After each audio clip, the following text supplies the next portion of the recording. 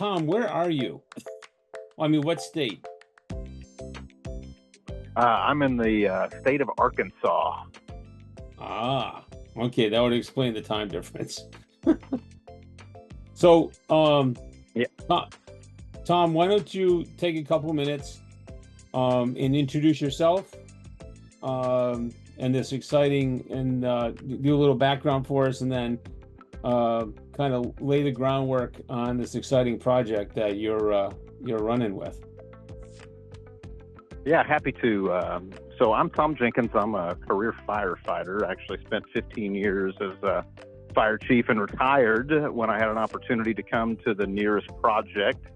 And my primary goal is to connect the fire service to the people that are making NEIRS a reality. And so this is a multifaceted project that certainly involves not just a multitude of federal partners. You have the United States Fire Administration, the Department of Homeland Security Science and Technology Directorate, working in conjunction with the Fire Safety Research Institute, which is part of UL Research Institutes. That's who I work for. But you also have, as anybody can appreciate, that when you look at data and you look at information needed to make decisions, well, there's a plethora of people that need to be involved in that conversation, from not just our federal partners, but fire departments of all shapes and sizes, paid volunteer, big and small. And so have a wonderful opportunity to work with those fire departments, connect with those fire chiefs. I was a former president of the International Association of Fire Chiefs, and so it was a natural benefit to leverage some of those friendships to make sure that NEIRS hits the target. And so always kind of out on the road, making sure that the local fire service has its questions answered, and that we're listening to our primary stakeholders, firefighters and fire chiefs. So thank you very, very much for allowing me to join you this evening.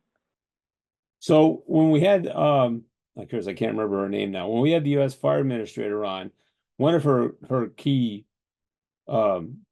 points was that the existing NFIRS system had not been touched, or really didn't have a big overhaul for many years.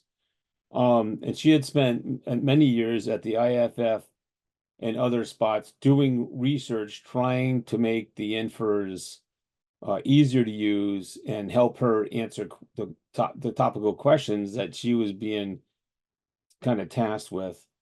And on the night we had her in here, one of our mutual aid partners piped in and said, "Okay, would you call one of the new battery fire involving one of the new battery operated vehicles, EV vehicles? There's no place for that in NFIRS. So what are we supposed to do?"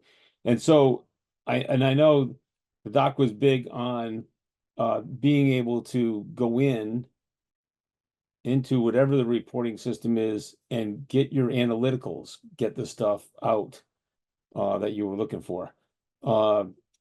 We've had several conversations on here about, utilizing the NFIRS, combining that with some GIS work to do hot cells and syncing up where the calls are and all those kind of things. So I think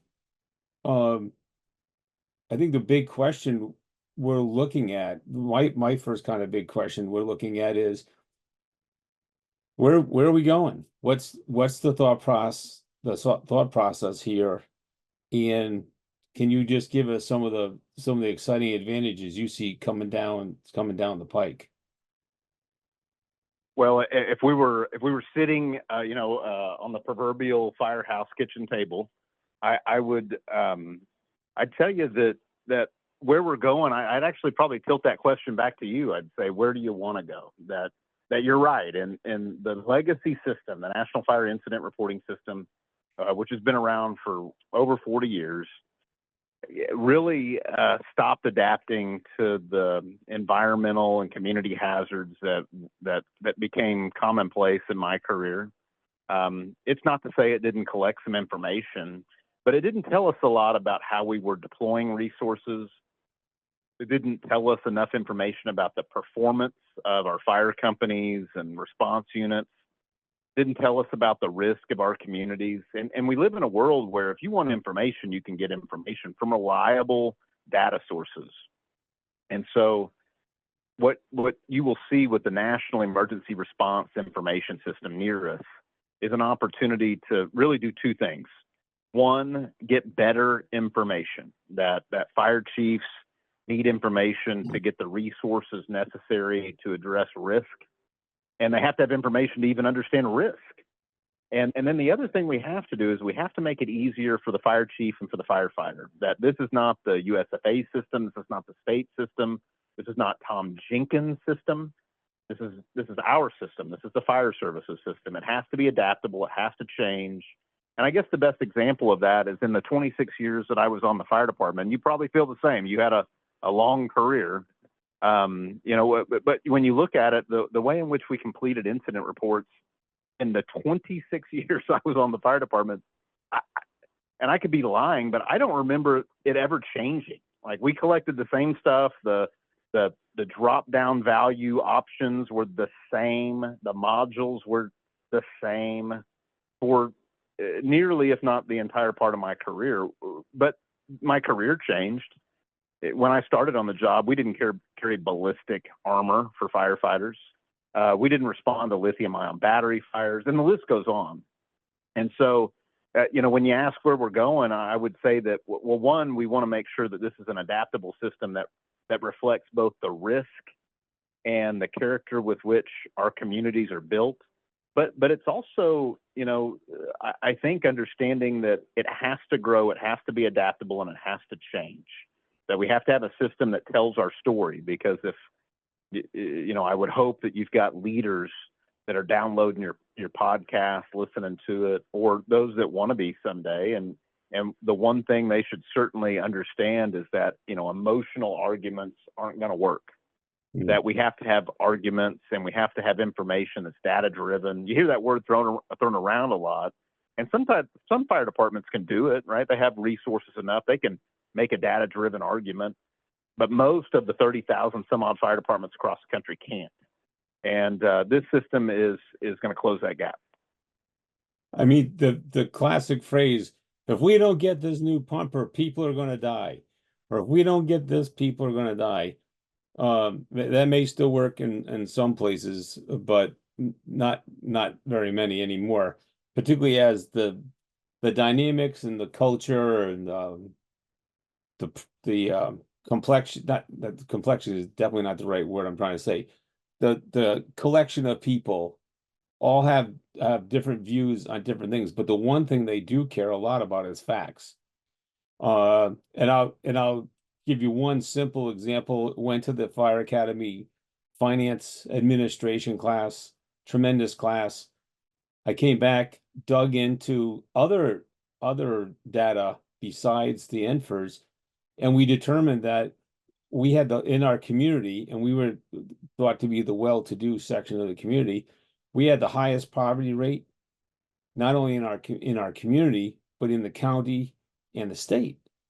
And so when we presented that information as part of our budget process and asked, and this is why we need this, and this is why we need that, because we need to, you know, fulfill these the service and whatnot, it made it a lot easier to sell stuff, to get the idea across that, yeah, we do need to, it wasn't a lot of money.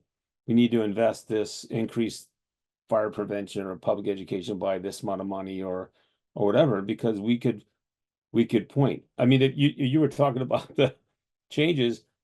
I mean, one of the craziest, best changes that they made was when they came up with the idea of creating the +1, where, like, if you have you're going mutual aid and the boundary is on a highway, and it could go on either side of the highway to be a different district, right? So we could track whether we were on the right side of the road or the left side of the road by adding one digit to that code. That was like amazing, right, when it was done.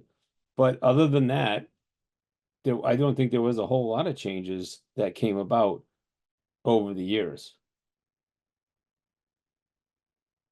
No, you're right. The EMS module in collecting emergency medical data was probably the last significant change to the legacy system. But ultimately, what a lot of firefighters today, and I didn't know for a long time, is the legacy system was a paper system that was really, they took paper and adapted it to be computerized Right. rather than really engaging the fire service. And so that's what we're doing today. Is this is a project that has only been around for 13 months. And when you look at the progress made in 13 months, we have 6 fire departments that today have tested the system for 3 or 4 months. As prototype departments helping to, enter synthetic incidents and tell us what works and doesn't work and what's breaking.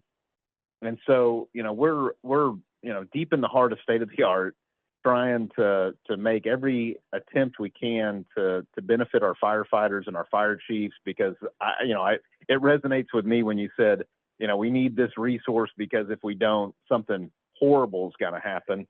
And that's every fire department has made that argument. And now what we will do is equip them with tools and information that make that a reality, that not only will the ability of fire chiefs to share their story be easier and be more fact-based, but they're going to be more educated. That, a lot of times humans have a tendency to make, big decisions on little, bite-sized portions of information. And so we want to make sure that our fire chiefs and decision makers have the best information available too. We're asking, new kinds of questions within the incident reporting system, that we want to know about the people that you rescued, that the people that are displaced from a fire, right? Right now, if you have a building fire, kind of the bread and butter for the fire service, right? If you have a building fire, there's really 2 ways in which I think, anecdotally in the incident system, you might measure it. You look at the dollar loss, or you might look at the casualty count, injuries or fatalities. And, both of those are but a small, cross section of what you need to be asking. I think that it's important to know, did you rescue civilians in this particular fire? Did you have a mayday that was associated with a firefighter who was lost or trapped or disoriented or entangled, or underneath a collapsed portion of the building? Were people displaced by the fire, contributing to a housing insecure population? There's a lot of information, and I think that list will continue to grow. And that's our obligation, is to make sure that the system reflects the needs of the fire service across this country. We just get a ton of questions that we're not prepared for. And then not necessarily, and sometimes we're not asking the right questions. So much information is in the summary, right? But what's the last thing the guys want to do and the gals want to do? They don't want to write a summary. They want numbers, point, whatever, click, click, click, I'm out of here. Yet, so let's look at some of the research that's been done on searching tenable space, or rapid intervention times, and all those other things. A lot of that stuff doesn't exist unless someone took the time. Either they're participating in a separate study to be able to fill out that information so that that stuff can be published, or they're going through and they're reading all the summaries. And again, I had a multitude of different people making out reports, and some reports were great paragraphs. You could literally see what was going on, and the other ones, which were similar calls, we just didn't have any data. It just wasn't there. So one of the things I didn't tell you, Tom, is we travel around the country, and a lot of what we do is data mining. We're trying to figure out what units are going, how many times they're going, population base, finances, all of those kind of things, to try to paint a picture for the government, the agency that hired us. It's very difficult, because it's, again, garbage in, garbage out. If you don't have a good, I'll give you the number one problem is spelling, number one. And then number two, agreeing on what we're going to call a road. whether we're going to use abbreviations for drive or spell out drive, all those kind of little stupid things, you could have to do research 5 times to find out all the incidents that were on that road. Is that something that the new system, going to be able to use GIS more?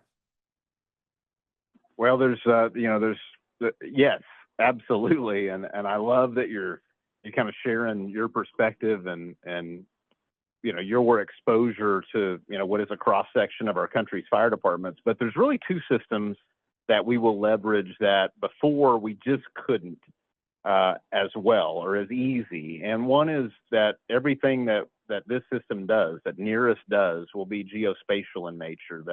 That understanding where something occurs, whether it's a risk, some attribute of risk, or whether it's an incident response. Well, that's vital for our fire chiefs and for our fire departments out there to understand that. And so, if you think back to even the story you shared about +1 codes, that using +1 codes, in my humble experience, is usually a method in which you make a system that's really not working for you the way you need it to. You make it work, right? You adapt. And Right. so we have a system that is just going to be designed better for the firefighter, for the fire chief to do their job. And then we're also taking in information. Now, this is optional, but we're able to take in information from the computer-aided dispatch system. And I've engaged with fire chiefs and other officials that say, I don't know that there's any value to that. And I think it sounds like in your experience, you probably agree with me that I think there is a lot of information about what we're called for, not just what we find. That, if a small community especially is getting alerted regularly for, alarms or things that don't end up being what you're, told originally they're going to be, that's drawing down resources, right? That's occupying the time of maybe your volunteers, or it's taking your career firefighters away from other calls, and they're having to utilize mutual aid. There's so many ripples of circumstances that can occur. And so we want to be able to take in information from CAD, make sure that the information is, first class geospatial in nature, so that we can do a better job of allowing fire chiefs, firefighters, decision makers, and ultimately even elected officials to understand what the fire departments are doing. One of the guys I grew up with in the firehouse, he went on to become a dispatcher, and he's very good and he's very attentive. And so when they were switching over and the putting in a CAD system, he spent months in a little Ford Fiesta, whatever they gave him to drive around with one of them things on a pole. And I mean, every address, every hydrant, every fire alarm box, every cross street, he spent so much time. And everybody, at first they go, why is he wasting all that energy? Just give us the address and get out of the way. However, when he was all done, the amount of information that the dispatchers were able to share with us was amazing. Was just absolutely amazing, because it's that garbage in, garbage out. It's that data in, right, that can help you with all those different questions. One of the things, a suggestion I have is, because we see this again, not understanding, is cheat sheets for what you're going to call things, right? Because again, I assume there's going to be choices. There's going to be opportunities to decide this or that, what we're going to call something, right? So that I assume there'll be the similar number of, or will there be more choices when whether it's a medical or a fire or whatever, there are going to be more subsets than there are now. Well, I know it's just an opinion, but what I tell people when they ask that question is I think, outside of knowing, where you're going, right, where you were called to perform some service, I think the two most important questions that we have to be able to answer to tell our story or what did we find when we got there? Was it a medical emergency, a car wreck? Was it a house fire? Was it a high-rise building on fire? Fill in the blank. And it's also what we did.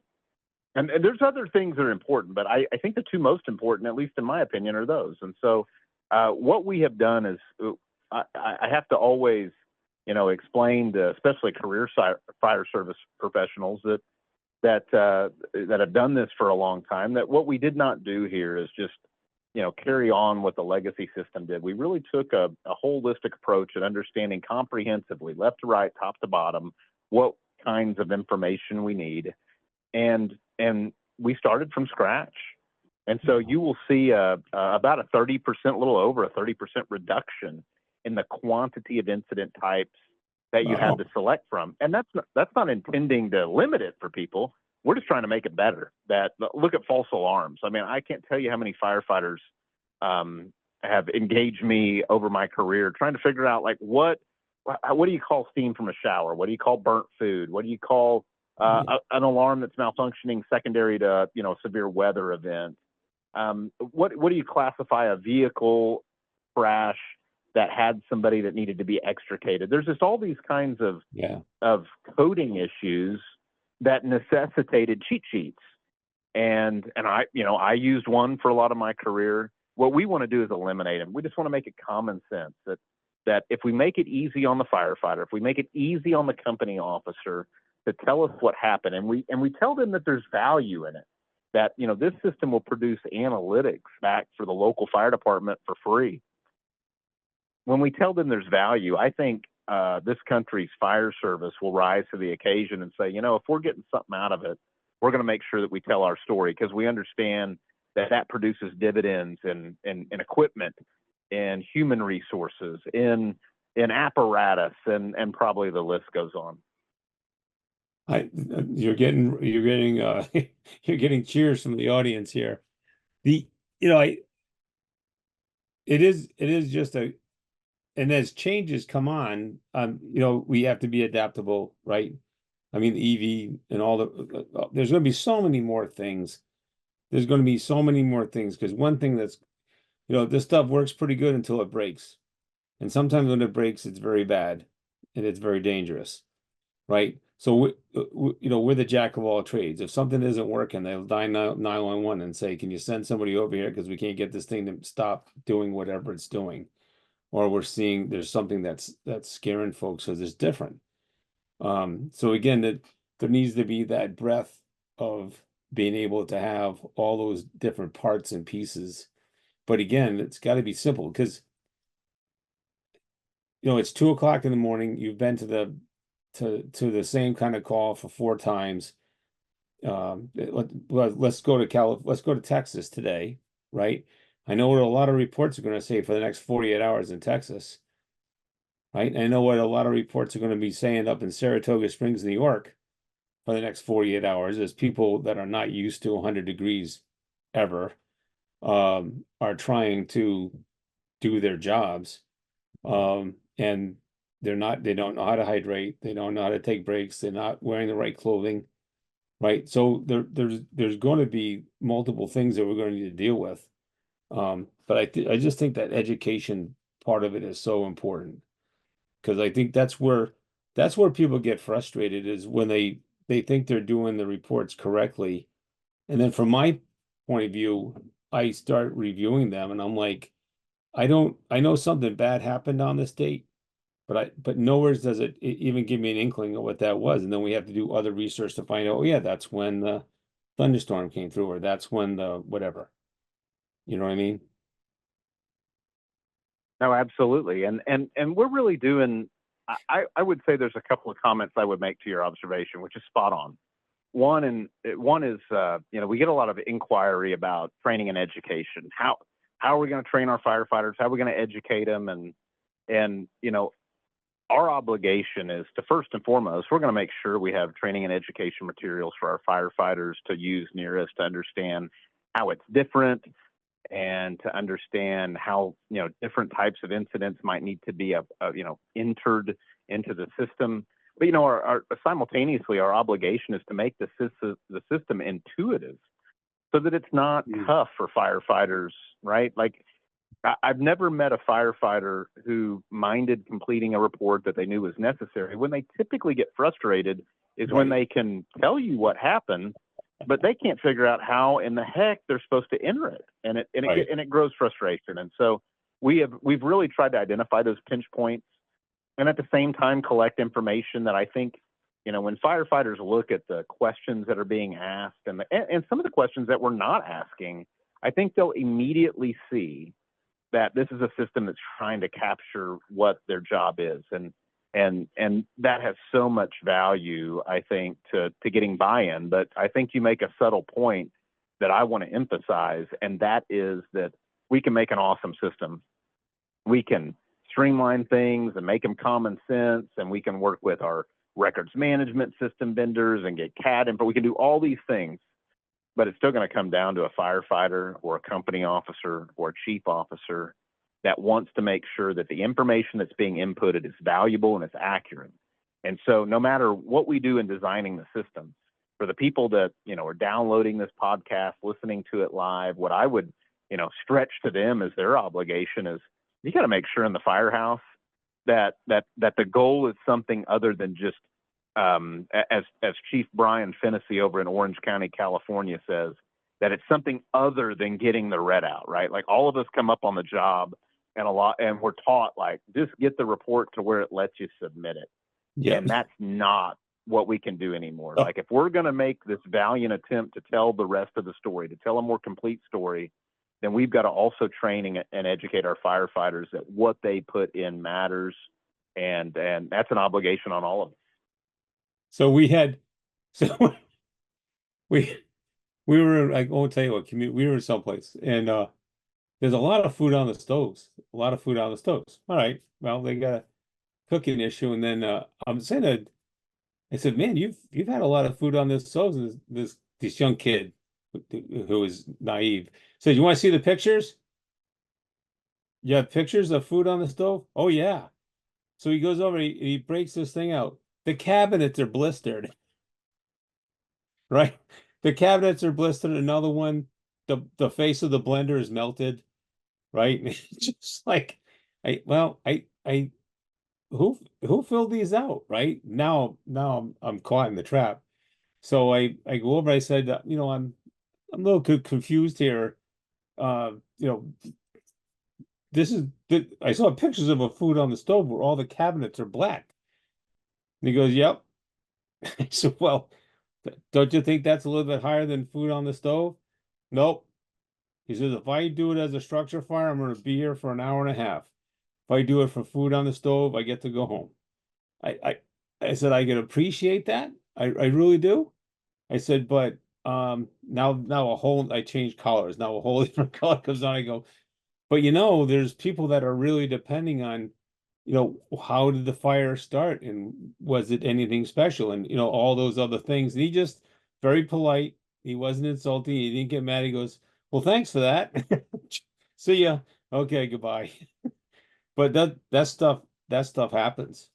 The other thing I saw that was interesting was I witnessed a couple times was and this goes to the writing of the directions or the terms or the definitions, is we had one person that was a very analytical person, and he read them one way, and then we had a very hands-on person, and he had read the same definition, the same, guidelines, and they got into a heated dispute over who was correct. So I had to step in and say, well, this is what we're going to do, right? Because this is what I think, and I'm in charge. So this is how we're going to handle that. Got that? Yep. Okay, good. But I'm hoping that, again, common sense, common language, whatever you want to call it, that's a huge thing. One other thing before I forget, because that's what happens these days, is there was a vendor, and I won't say who it was because they don't exist anymore.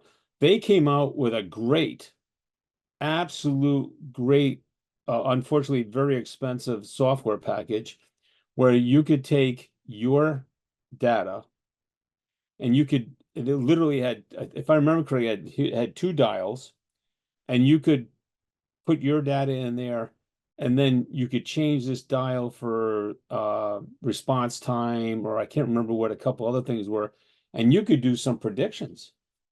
Uh, do you see anything? And again, it was just so brutally expensive. Bigger places could buy it, but small towns couldn't even think about getting it. We were just trying to be able to afford the link between the CAD and the NFIRS, so we didn't have to call it. They could send us that data, and it would auto populate. Do you see something like that where you'll be able to have some analytics that we can twist and turn? Well, we're definitely going to make sure that, in my experience on the job, I found that completing an incident report in a timely and accurate manner ranked somewhere just a little below, what we were going to have for dinner at the fire station. And so, what we have to do is we have to make sure, first and foremost, that we're we've designed a system and that we have the training and education that people understand how to use it. We want to make sure we have a, kind of a basic and fundamental suite of analytics available for fire departments that, there are some fire departments that have been using analytics for a long time, but they've only done so because they had the human resources to devote to it. Full-time employees, a lot of times, are very passionate firefighters, others, and they had software programs to do it. And so, we have to make sure that we get, kind of first things first accomplished. Are we going to have, predictive analytics like this? I think that you will absolutely see innovations and enhancements to the data set in future versions. But, for a lot of fire chiefs and for a lot of decision makers at local fire departments, what I often reference is that we want to paint a better picture about three categories, right? We want fire chiefs to understand their risk in their community. We want them to understand their performance as it relates to, peer agencies, industry best practice, their own agency, their own entity. And then we also want them to understand deployment. And so if we can, focus on those things, I think that we'll be able to put it in the win column, and sooner than later. And a good example of having the resources, the capabilities, the people to do it was standards of cover. I mean, if you're trying, for folks that may not be familiar with that, that is where you're digging into the weeds. You're looking at where your calls are, what kind of calls they are, all that stuff, and you're deciding at a strategic level that, we're going to have this, and this resource respond to this type of emergency, responding to this type of emergency, no matter what's going on. And we do that, excuse me for one second, I got a technical glitch. So the way we do that is we actually utilize some of the data we have, the GIS data, and we can actually build heat maps so that we can look and say that, this neighborhood, this high rise, this whatever has like out of control or has a very high demand for medical, but a very low for fire, or vice versa, and like that. But the people that are able to do that are the big municipalities that could have like a planning section, long-term, whatever. Maybe some of the times I think the fire marshal's office, maybe the planning department, they build some kind of relationship there to try to do those things, and build them up. But for a lot of people, they don't have that. We had a young lady from, I think it was North Charleston, and man, she was slick. She had her act down. They had broken their whole that whole community into response packages or response squares, based on, so you didn't get the same response to a house fire in one section of town as you did for another, because you didn't need all that. Yet on other sides, you got more based on the data that came out of their NFIRS and came out of their medical response records, came out of law enforcement records. All of those things that you're talking about, all those things got blended in so that when they looked strategically at what their minimum response package was going to be, that's how they designed it. And it was really amazing to see that, not only the visual depiction of that with the maps, but also then and it was working. They had been able to reposition some apparatus, change some staffing levels, and just made things better because they had the data, right? Absolutely. And I know of zero fire departments that don't benefit from understanding more data and information about their organization and how they respond and what they're responding to. And what we want to do is make that something that is less of an anomaly for the fire service. That right now, fire departments, if they can really have an understanding of how they're doing and what they're responding to, that's not commonplace. And that speaks to the archaic nature of the legacy system, that we haven't had a system that has grown as the character of risk has changed, as the types of calls, the quantity of calls has changed across the country. And we're designing the system really to impact fire departments of all shapes and sizes, that whether you use a records management system, computer system at your local fire station to enter information, or whether you want to use a free app. Like we have a free app that will be designed that if you have an incident, that you'll be able to submit that on your phone, your tablet, the computer back at the station with a dial-up connection, you name it. That we want to make sure that we can do a better job of collecting the information across the country, because that has value not just at the local level, not just at the state level, but also at levels of government to inform, it could inform things like, grant priorities and everything in between. So just there's a lot of value in just understanding more about what our country's firefighters do for communities. And I think having looked at multiple different states, their annual reporting for NFIRS, again, they're not necessarily getting the right picture or the clear picture, and they're not, because they don't have as many questions. They're not as in depth, right, as the other sections are. Or some communities look at it one way, some communities another. So when we look at statewide, reporting for a year, and we let's say we had 4 or 5 fire departments in the region that we're looking at, right? It's like, how can this town be right next to that town and have 2 completely different profiles? Now it's possible, but what normally happens is that there may not have been as clear an understanding of what each one of those, whatever it was, their understanding of what it was all about. Then the other thing that was very frustrating is we would be looking through records, and we'd have amazingly, we'd have a department that went to no emergencies at all. Not a single emergency the whole year. Matter of fact, they hadn't gone to emergency in 3 years, right? So, that makes it tough. No, you're right. And there's I guess I'd call them war stories with probably every agency about either how they've adapted or the struggles they've had in extracting data to tell their story, to whether that's they're just defending a situation, at the local level, or whether they're trying to argue for resources.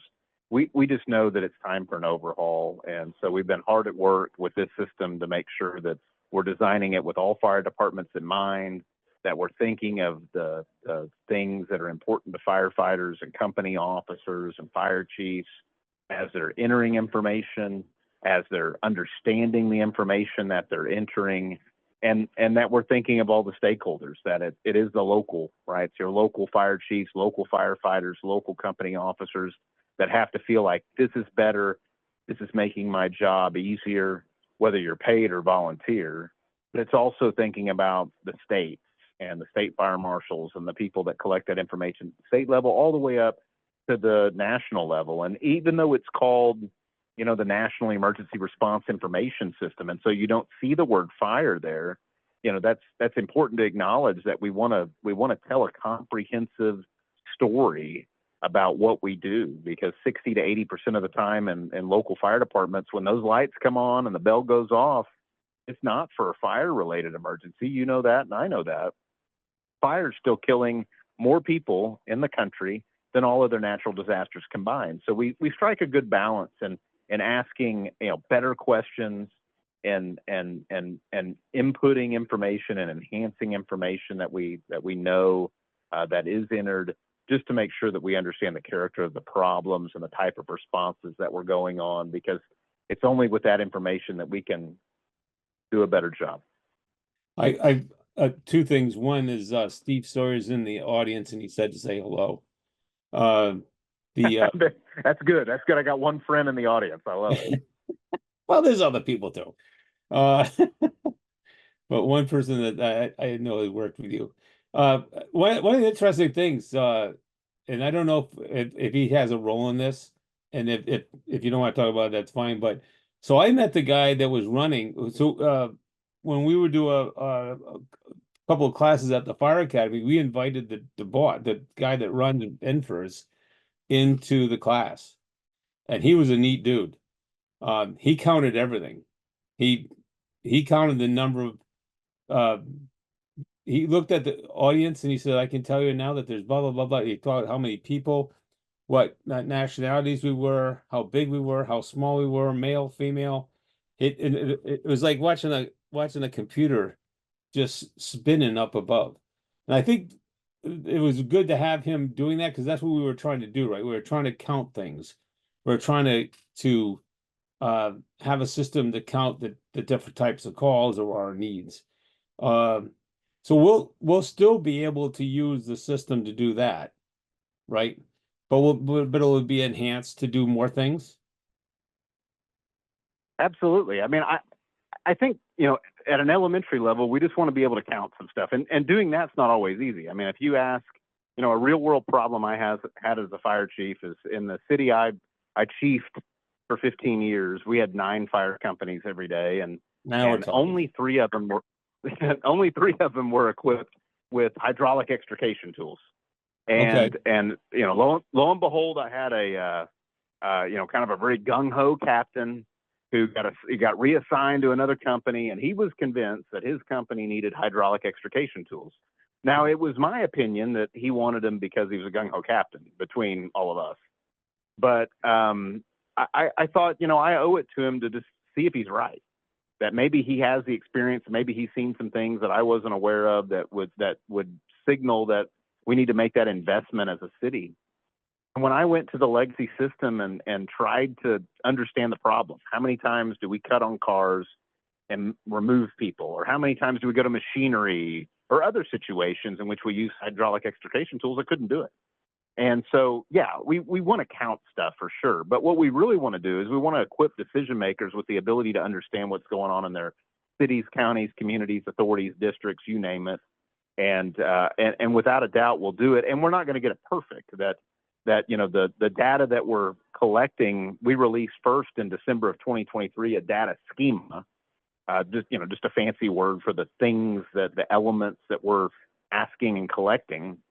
And we got a ton of feedback, over 1,600 individual comments from the fire service, representing 145 different fire departments, and we've modified them since, and we'll continue to have to do that because things change. But what we have to do is we have to make it easier for decision makers to understand what's going on in their communities, and so it's more than counting; it's having that information, and then I think it's what's so fundamental is to make sure that everybody from the 5 bugle chief on down to the rookie firefighter understands we've got to do a better job telling our story on that incident report, because nothing changes if that part doesn't change. No, you got my vote. Garbage in, garbage out. Well, that's good. Okay, I've got one friend and one vote. I'll take it. Well, it's not that my vote matters, but again, arrived at the house, found the blah blah blah mail, blah blah blah, right? 3 paragraphs. 2 weeks later, very similar call. Male unconscious, did CPR. Done. Okay, thanks. You got the important points across. But what we didn't get was the fact that it was an OD. We didn't get the fact that it was this or that or whatever. It was an assault. Well, all this other stuff that might color our decision making as to how we're going to do something, right? Um, I it caused a lot of aggravation or pain in that not being able to get answers to simple questions when if we sat around the coffee table we could, and that's how we solve the problems. We like always we sit around the coffee table and say blah blah blah blah blah. Well, we had this last week. Well, you didn't tell me that. You didn't record that in any way in something that I can use, right? And then passed on. So so let me go back to your introduction. So you actually work for UL, right? That's correct. And you work for one of the guys that was one of the flow path wizards. You work for Mark, right? Is it Mark? Well, I work for Steve Kerber. Okay. Yeah. And he's probably a flow path wizard too, if we want to give him that title. All right. So what am I missing? Any questions? Let's open Jamie, let's open the doors here. Any questions at all?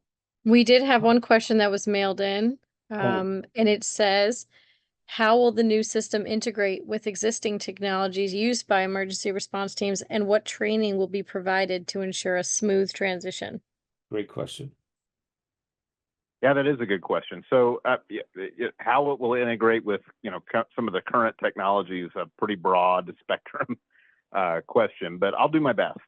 One is that just less than a month ago, we had a open forum meeting with our records management system and computer aided dispatch vendors that are in the fire service circle out in California to talk with them about what's going on with the National Emergency Response Information System.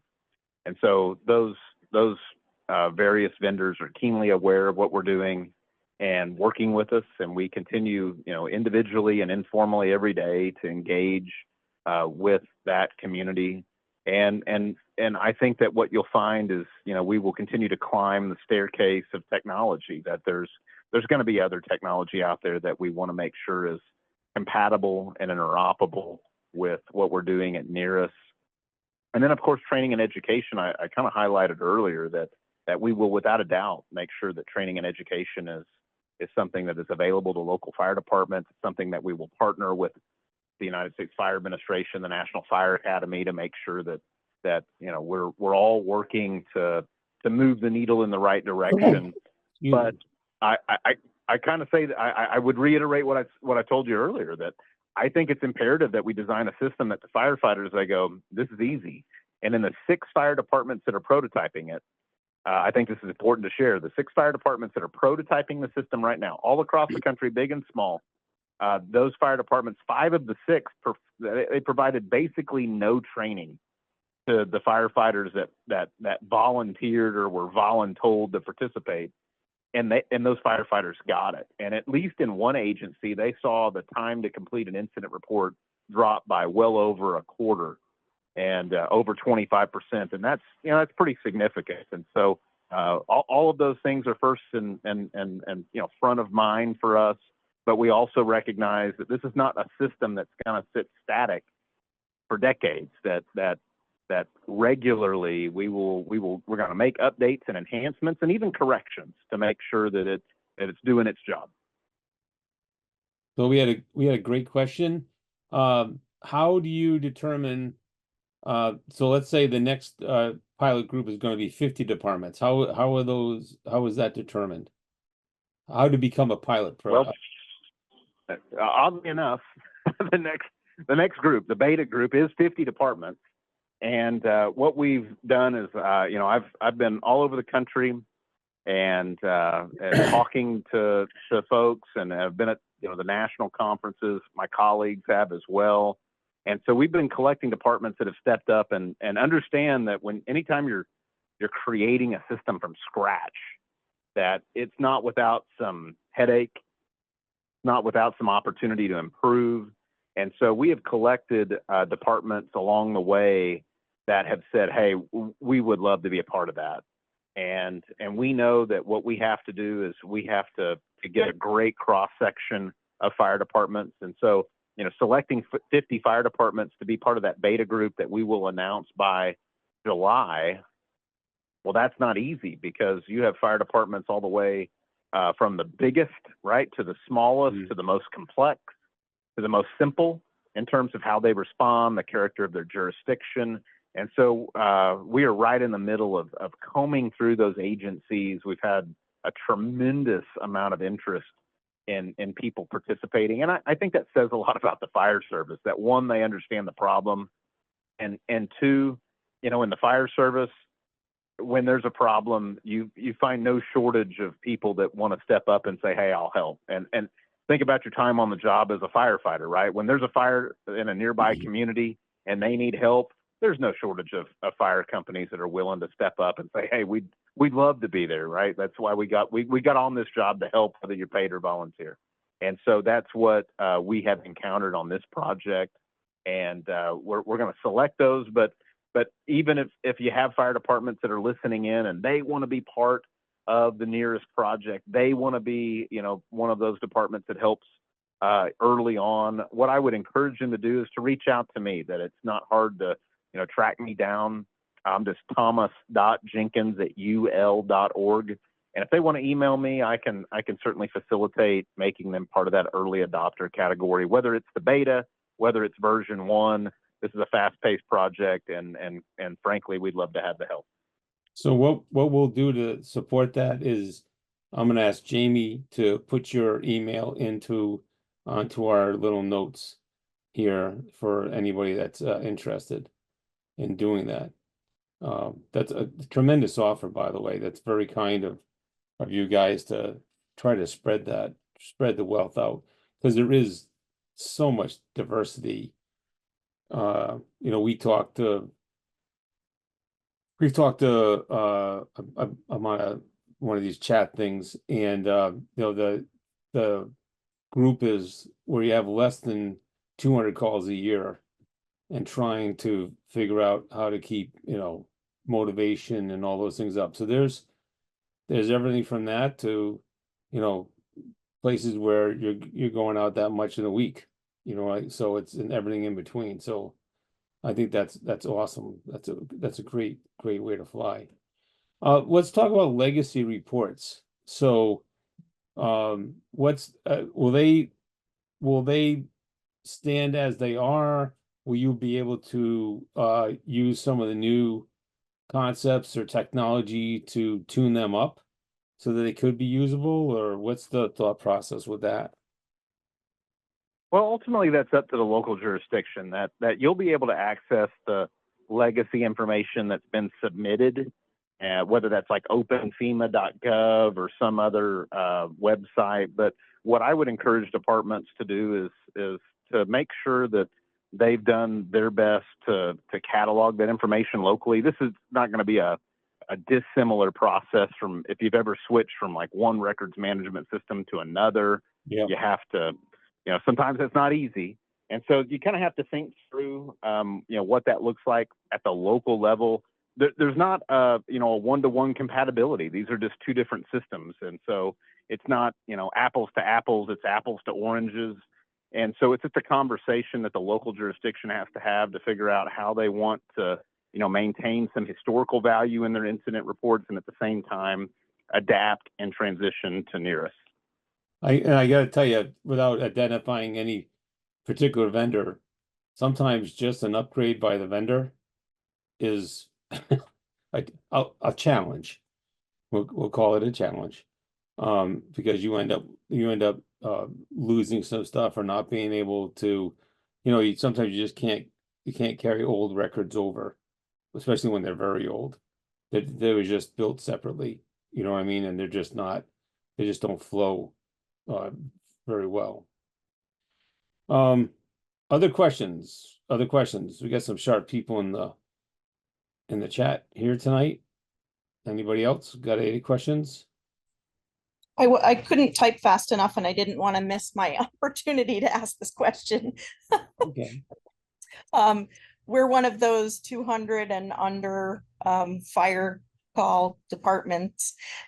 We're Image Trend Elite users, and so we create our fire reports in Elite, and then we export the data and then push it up through the FEMA tool. Will that continue, or will NEIRS transition to a direct only? I've never spent more than 5 seconds looking at the direct submission tool because we don't use that, but will there continue to be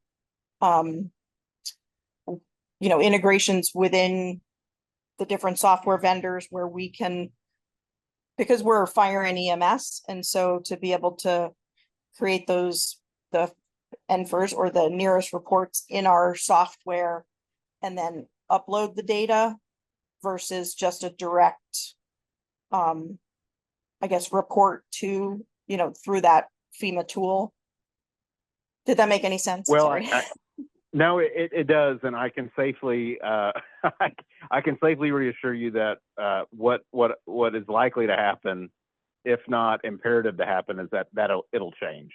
The way in which reporting occurs in the legacy system is slow, to say the least, right? If everybody on this podcast wants to get on the same airplane and we're looking at seats on an airplane, right? We can simultaneously be in there and select seats and see the selections of other people to know that seat's not available.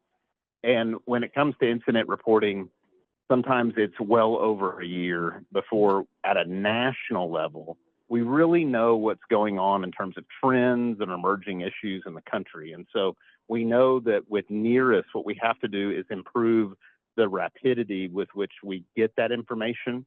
And so what we are saying is that NEIRS will be near real time.